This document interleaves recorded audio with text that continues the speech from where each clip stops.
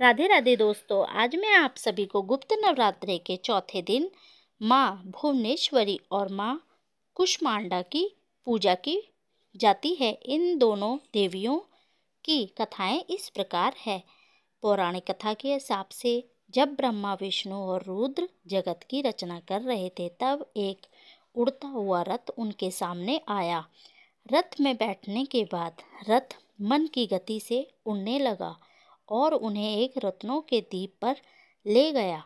द्वीप के चारों ओर अमृत का सागर और मनमोहक जंगल था। त्रिदेव जब रथ से उतरे तो वह स्त्री रूप स्वरूप में बदल गए। त्रिदेव ने उस द्वीप का मुआयना किया और वहां एक शहर देखा। त्रिदेव ने वहां पर असंख्य ब्रह्मांड देखे। त्रिदेव ने ब्रह्मा, विष्णु और रुद्र के रूप में त्रयंक की इच्छा शक्ति से उत्पन्न भुवनेश्वरी को अपनी शक्तियां दी। माँ कुष्मांडा की कथा। सनातन शास्त्रों के मुताबिक माँ कुष्मांडा ने ब्रह्मांड की रचना की थी। माँ सूर्यमंडल में अवस्थित लोक में निवास करती है। आपको चौथे दिन की देवी कुष्मांडा के नाम की पौराणिक कथा और भी बताती हूँ। नवरात्रि के चौथे दिन माँ कुष्मांडा के रूप में पूजा जाता है।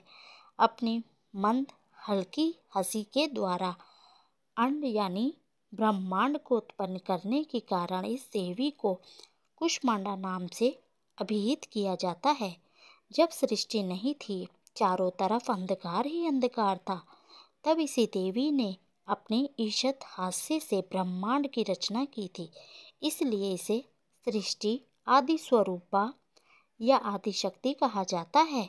इस देवी की 8 भुजाएं हैं, इसलिए अष्टभुजा भी कहलाती हैं। इनके 7 हाथों में क्रमश कमंडल, धनुष, बाण, कमल, पुष्प, अमृत पूर्ण, कलश, चक्र तथा गदा है। 8वें हाथ में सभी सिद्धियों और निधियों को देने वाली जपमाला है। इस देवी का वाहन सिंह है और इन्हें कुम्हड़े की बलि प्रिय है।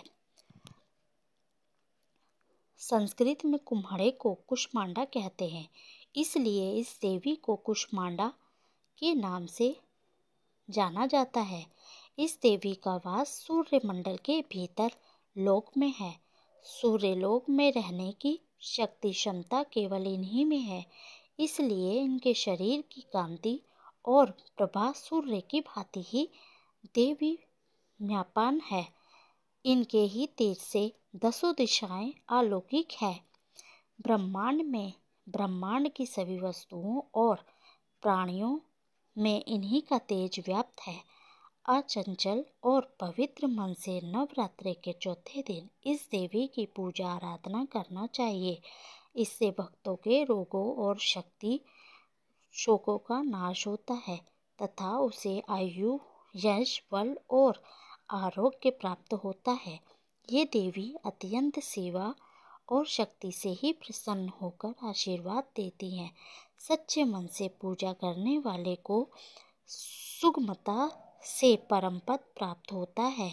विधि विधान से पूजा करने पर भक्त को इस समय में ही कृपा का सूक्ष्म भाव अनुभव होने लगता है।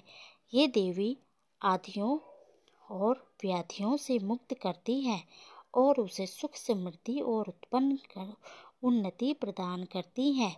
इस देवी की उपासना में भक्तों को सदैव तृप्त रहना चाहिए। इस प्रकार हमारे नवरात्रि की चौथे दिन की माँ की कथा पूरी होती है। आप सभी को कथा अगर अच्छी लगी हो तो प्लीज़ मेरे चैनल को लाइक करें, शेयर करें, कमेंट करें और कमेंट में जय माता दी जरूर लिखें। अब मैं आप सभी को नवरात्रि के चौथे दिन की माँ भुवनेश्वरी की भी कथा सुनाती हूँ। काल के शुरुआत में ब्रह्मा, विष्णु, रुद्र की जगत संरचना प्रारंभ हुई। एक उड़ता हुआ रथ उनके सामने आया। एक आवाज ने उन्हें रथ में बैठने का आदेश दिया। इस प्रकार त्रिदेव रथ में बैठ गए। मन की गति से उड़ने लगा। उन्हें एक अजीब स्थान पर लेकर गया। यह स्थान असंख्य रत्नों से था। चारों ओर अमृत का सागर था। इस प्रकार मन को मोह लेने वाला था।